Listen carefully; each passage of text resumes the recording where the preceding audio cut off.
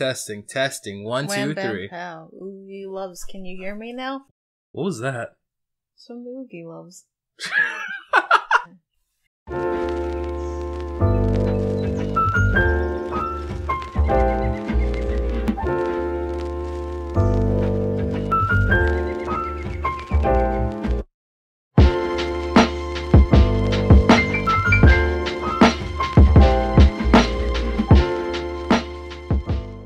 Alright, welcome back to another episode of The Predator Chronicles. I'm sorry.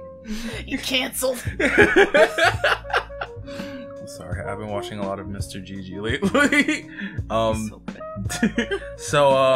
Hi. Welcome to another episode of Real Quick.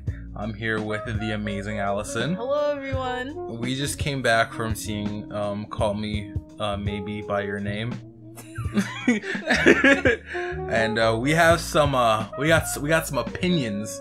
We got some opinions on this one. Oh, some very strong opinions. This is an episode in our chronicles of the Oscar Best Picture movies. We're gonna try to see all of them. I don't know how many. We already seen 2. We saw this one and Lady Bird so far. Yeah, I already saw The Shape of Water, but oh yeah. So I gotta see that one. You gotta catch up, man. And we both need to see Get Out. Yes, definitely. But today we're gonna be talking about Call Me by Your Name, maybe. And let's, before we get into our opinions, which got some spicy opinions on this one. But let's get to the plot synopsis first. The only objective thing we can say. Not even, like, the way we wrote it down for the synopsis is not very objective at all.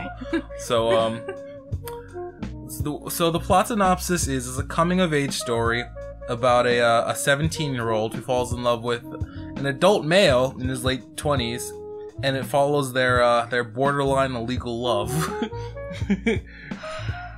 Now, so for anyone who doesn't know, I don't want anyone to get the idea like this is some we have very strong issues with this movie. I just don't want anyone thinking it's because of the romance being gay or anything. Absolutely not. Yeah, we personally really like seeing LGBT plus representation, and we were excited to go into this movie actually, partly because we've heard good things, and partly because, you know, any form of representation most forms of representation is really awesome to see.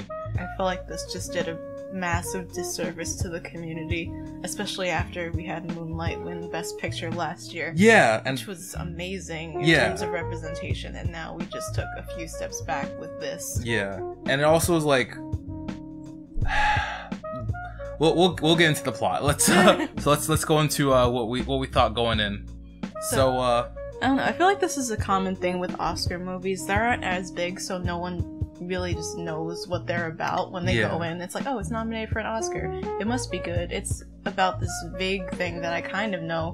So just going in, I didn't really know what this movie was going to be about. I just knew it was about these two men that fall in love, and I didn't know much beyond that.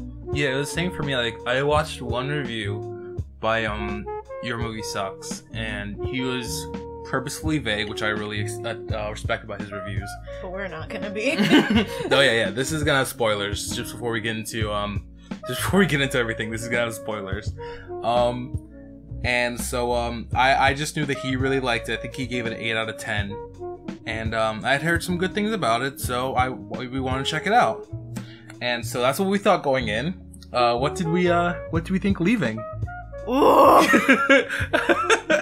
So it was boring. It's pretentious. It was pretty bad. Elio, he's the younger teenage person. He's 17 in the movie. Yeah, he's a 17-year-old. He's a bit of a douche. And Oliver, who's the 58-year-old. No, he's not 50. He's supposed to be in his late 20s. He's going for his doctorate. Yeah, and he's a douche too. He's a creepy douche. Yeah. So it's kind of hard to like these characters.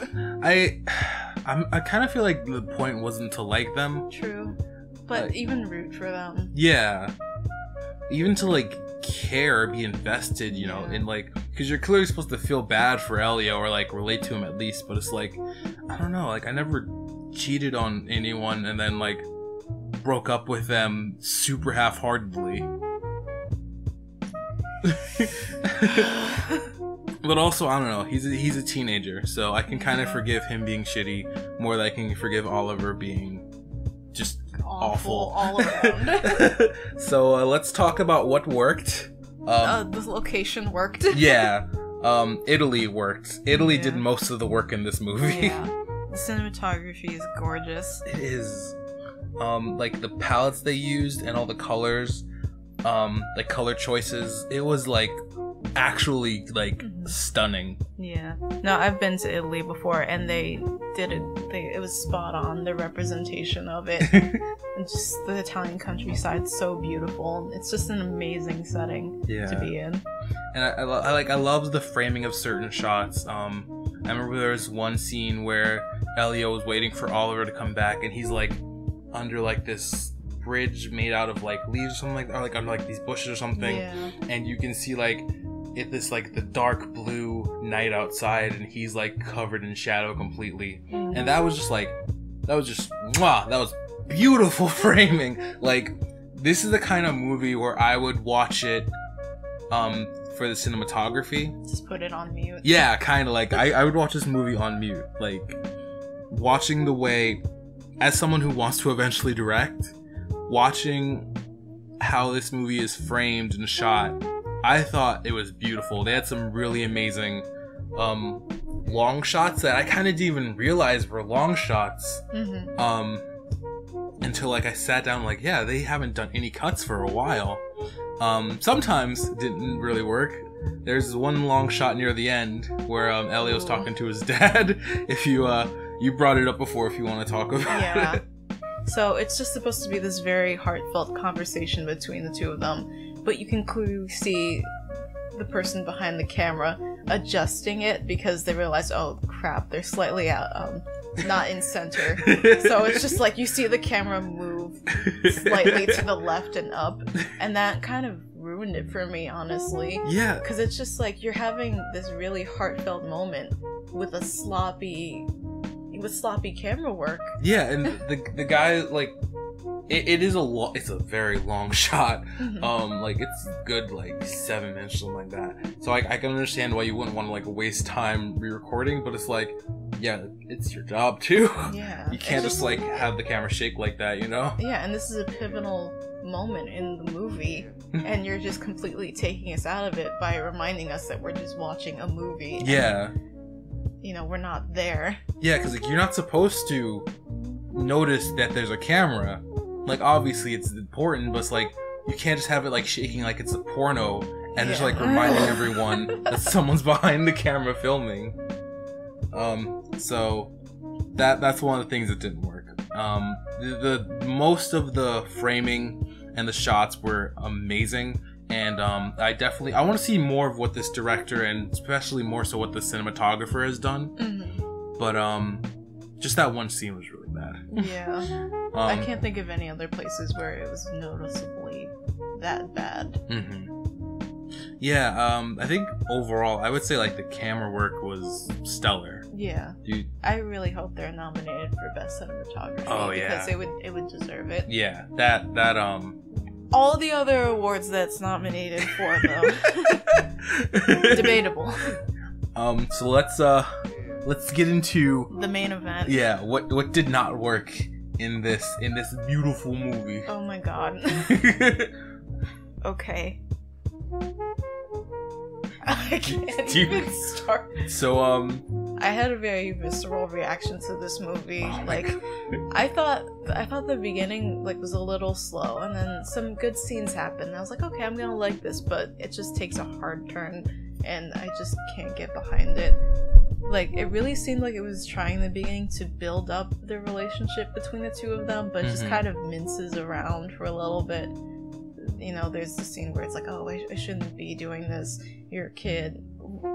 Yeah. Yeah. Like, that's a big sign. And like, Can you talk about the IMDb fun fact that you found? Oh yeah, so I was doing some research before we started recording. So I looked at the trivia on IMDb, where you get all your factual cinema opinions, and it was just talking about the characters' ages. Elio's 17, and I can't remember how old Oliver is. He's in his late 20s. And it's like, fun fact, the age of consent in Italy is 14. As if, that's like something that's gonna stop us from complaining. I like it's a bad sign if your fun fact has to include, oh yeah, so these people aren't breaking the law. Yeah. It's just morally very, very disturbing. Because Oliver is American, and I know in Europe there's a different culture surrounding things like this. But for him, and they do this a little bit before they just toss it out the window, it should be raising red flags. It's like, you're an actual child. Yeah. And I shouldn't be doing this. Well, it's like, I mean, this is a bit much for, this episode or anything, but, was the age of consent any different in the 80s? Because it takes place in the 80s, yeah. But, I mean, I don't think the movie even remembered it took place in the 80s. until the very last scene where Elio's looks like he's in a new wave band. He was rocking that outfit. I wanted that shirt. I'd wear that. And it's like, oh, here's a psychedelic Furs song. Boom, 80s. And, no. I don't think it was any different in the 80s. Yeah, I feel like the age of consent has been pretty much 18 for a while. Yeah. I don't know when. I'm not sure when it was established, and this isn't really the platform to be looking that shit up. But it is something to consider. Yeah. We're talking about how this is a very common trope in queer cinema, where it's like the elder gay teaches the younger gay how to be, and I mean, I'm sure that's absolutely true for some people, but it comes across as very problematic in certain portrayals. Yeah, it's a very yaoi kind of fetish kind of thing almost. Yeah. Where it's like, I'm gonna show you the ropes, youngin'. Yeah, and it's like we were talking about how if you're young and you're feeling alienated because of your sexuality, it helps to have an older mentor figure to be like, see, I made it through this. Yeah. You can make it through it too. They just probably shouldn't be having sex with you. Yeah, it's like, no. I mean, if anything, and I don't think this movie was the kind of movie where they're trying to teach lessons or anything. It kind of came across as just two very shitty people who learned that they're not good for each other. Yeah. So. But I feel like that whole monologue that the father gives at the end was like, oh, what you had was beautiful. Yeah. But it wasn't beautiful. Yeah, exactly. It was a summer fling and between two not great people. Yeah. And I felt like Oliver was just really taking advantage of Elio. Yeah, there's this scene where just so I don't get demonetized, I'm not gonna go into too much detail, but there's this scene where he basically teases Elio to turn him on and then slams the door in his face. Yeah, and that's the end of it. They don't talk about it. Elio isn't like, why did you do that? That was really messed up. It's like, no, we're just not gonna address it. Now it's breakfast time and they're sitting close to each other. I feel like I don't know if this is the right term for it, but I feel like it's a microcosm of their entire relationship, where he's just like, I'm gonna fuck with you to get a rise out of you, and then I'm just gonna leave you hanging. Yeah, and that's basically how their relationship ends. Yeah, it's just what's his name? Oliver goes to America, and he calls Elio months later to be like, hey, I'm engaged. You okay with that? I mean, there's nothing you can do about it, but you okay? And that destroys him. Mind you, he was in an on-again, off-again relationship with this woman that he's engaged to, who we haven't met, throughout their whole relationship, and they never talked about it. Did that I didn't catch that part, but he said that? He said they were on again, off again. Oh shit! I didn't even catch that. Yeah, and then they're engaged a few months later, even though he cheated on her. Good with a 17-year-old, as we've pointed out before. See, 17, and like I get it to a certain extent. Like I feel like I kind of get what they were going for, where it's like Elio is younger. He's a lot more naive. He kind of like his generation, even though like it's not perfect by any stretch of the imagination, it's naturally going to be more progressive than the previous generation. So Oliver's a lot more closeted, a lot more afraid to come out. I don't know. I feel like they didn't do a good job portraying that at all. They didn't, because they're just like making out in public in Italy in 1983, where they would have gotten tons of crap for it. Yeah. Because Italy even now is very, very homophobic. Because, you know, it's a very religious country. It's still very much under the control of the Vatican, even though it's not to the same degree as it once was. It's just, you couldn't do that in 1983. And plus, like, the global opinion on queer people in the 1980s was not great. Still. Yeah. So it's like, no matter where they are, you have to address something like that, and the movie really didn't. Yeah, yeah, like, the only clue that I got from that was, like, like, what he said on the phone was like, oh, your dad, like, when Elio said, like, my parents know, he's like, oh, you're so lucky, my dad would send me to, like, a camp or something. Or be like a rehabilitation camp or something. Yeah. So, like, they should have, like, sprinkled it in more that Oliver, I mean, they kind of did show that Oliver was, like, a little more afraid to be open than Elio was. But they were still making out in public. They were. Like, that's the thing, is, like, I think that's what they were going for. That Oliver was just older and scared because of the way he grew up, and Elio, because he's younger and naive, and also, like, probably in a better generation, he's less afraid than Oliver would be. And so I get that, but also don't have sex with 17-year-olds if you're in your 20s or above the age of consent.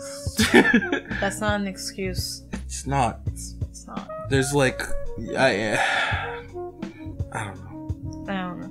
But something that we haven't addressed yet, and I feel like is a big detriment to this movie, is just how pretentious it is. It was very clear that the director just discovered intertextuality.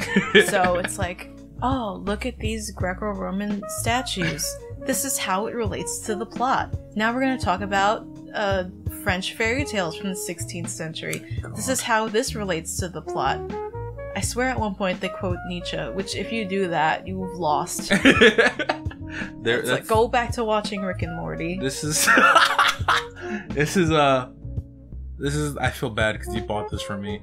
But this is the reason why I stopped reading Fun Home, and I might pick it back up again. But Fun Home by Allison Bechdel. It's like, it's a good story, but it's like every 2 seconds it's another literary reference, and I get it. It's like, I get it, you're smart. I get it, you're smart. I get it, you're smart. Yeah, and it's and like, I feel like making references like that can really elevate your story, but you can't do that to the point where it's just so dense that it just becomes a dry intellectual circle jerk. Where it's like, oh yes, I too know of these things. It's basically like a douchebag's version of like, hey, you get that reference? Yeah. I get that reference. You're one of the good ones. And it's like, I get it. He's supposed to be surrounded by intellectuals. Like, his dad at least is a professor. I don't know what his mom does. But, you know, he's supposed to be... her best. I don't know how she does it. But yeah, he's supposed to be in this very, like, intellectual bubble. So, it just doesn't... But it's never criticized, like, it's super romanticized, if anything. Yeah, it's like, oh yes, I just read, you know, 19th century poetry all day long. And it's like, you're 17 years old still. He doesn't act like a 17-year-old. I mean, if anything, Oliver was more immature than than Elio was. Yeah.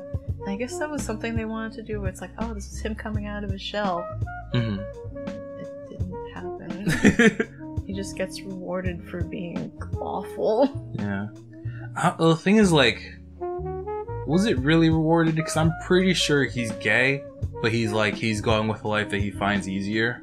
I don't know. Well, according to an interview I read with the director, he might not be gay. Who, Oliver or Elio? Elio. Oh yeah. I don't know. Because there's a subplot where he basically uses this girl that has a crush on him to, like, take out his frustration with the fact that he can't be with Oliver. And she flat out says in the beginning, she's like, I'm afraid you're gonna use me. And he's like, no, I'm not gonna do that. They have sex twice, and then Oliver's like, hey, I decided I'm not afraid to sleep with you. Meet me at midnight. And then she just goes right out the window, drops her like a hot potato, and then it's like she confronts him about it, and nothing really comes from that. Even though he emotionally and physically just used her. Yeah. And then the last scene they're in together, it's like, oh, we're still friends, right? No, we're not friends. We're not talking. Also, this is completely unrelated. But why is, like, so the actor who played Elio was also in Lady Bird. Why is it that this kid always plays people who come too fast? Oh my god. Stop. No, but, like, they had the scene in Call Me By Your Name where he, like, came too fast while he's having sex with her in, like, the middle of this forest. And then in Lady Bird, he, like, comes as soon as he's inside of Lady Bird. I guess this is just a running gag. Hashtag Oscars running gags. Poor guy. He's like, is this my typecast? Yeah, I mean, he's nominated for Best Actor, and I guess, I don't know. Nothing about his performance really stood out to me. Yeah. It's like, it was a well-acted movie, but it wasn't, oh my god, this man is amazing. The thing, like, to me, like, the script was so dry, there wasn't really much they can do with it. I don't feel like anyone really got to shine. Like, they just did the best with what they had. Yeah. This is, the guy that played Oliver, I've seen him in other movies, and he can be super charismatic, but in this he was just creepy.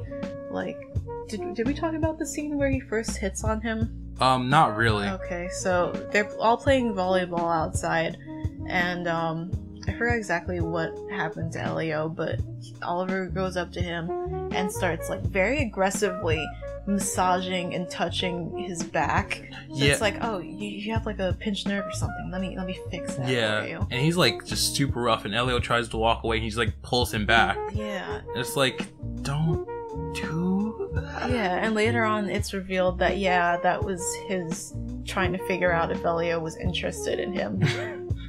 He's like, and his exact wording was like, I was trying to see if you liked me and you acted like I molested you. And it's like, I mean, coming kind of close. He clearly didn't want that attention. Yeah. It's like, don't make him so predatory. Maybe he was like that in the book that it was based off of. But fix it. We can adapt, like, we can make things better. You can do that in an adaptation. Yeah, you're allowed to. Yeah. Then I hate the way that Oliver is portrayed in this movie. And then there's that other scene, Peach scene. Let's not go into all the details of the Peach scene. A peach is important. Let's just say that. Yeah, if you've seen the movie, you know exactly what scene I'm talking about. The only thing I'll say about the peach part specifically was, like, when it was happening, I looked at Allison and I was like, "Aw, he's pretending to be a top." Like, just from the way they shot it, I'm like, something's gonna happen to this peach. Something's gonna happen to it, and then it happened, and I was not expecting them to go there. But anyway, after that happens with the peach, Oliver goes to eat the peach, and Elio is super embarrassed and is like, don't do that. Yeah, and Oliver knew what happened, by the way. He's not just like, oh, look, a peach. Yeah. And he just has a completely unrealistic reaction where he forces Elio down and What exactly did he say? I don't remember what he said. Elio was like, "You're hurting me," and then Oliver's like, "Well, just stop fighting me then." Yeah. And then Elio starts crying, and instead of apologizing, he's just like, "It's okay, it's okay." It's not okay. You actually hurt him, and you just went against everything that he said. Like, you basically said, "Don't do this." Don't do it then, if it makes him so uncomfortable. No, it's fine. It's fine, because Oliver means well. He doesn't.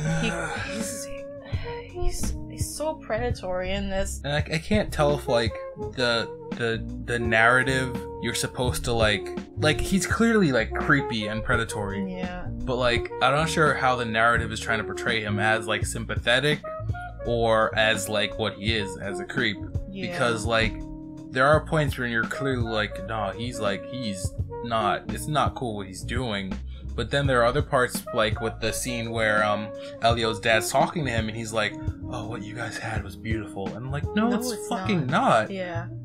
It was a summer fling that really shouldn't have happened. Yeah.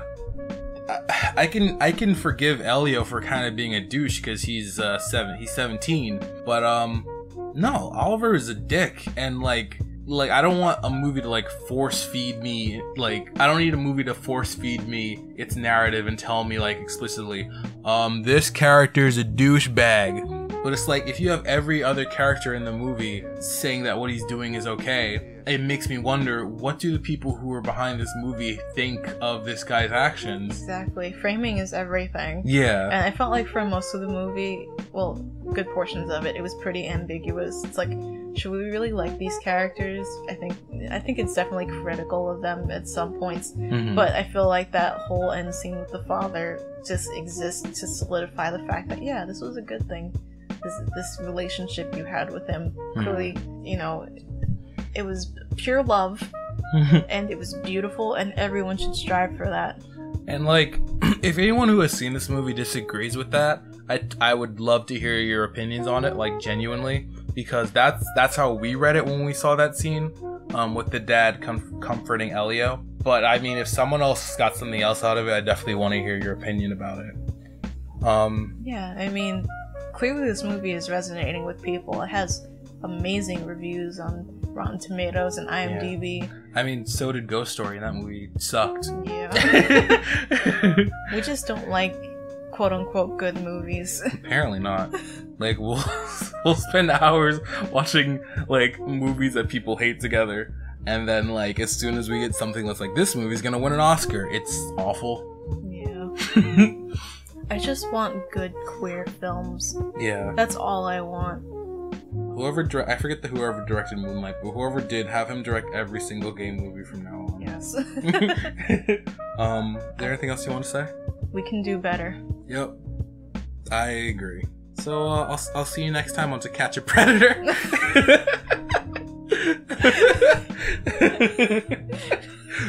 Sorry, alright. Yeah, I think that's it. See you guys. See you guys. Bye.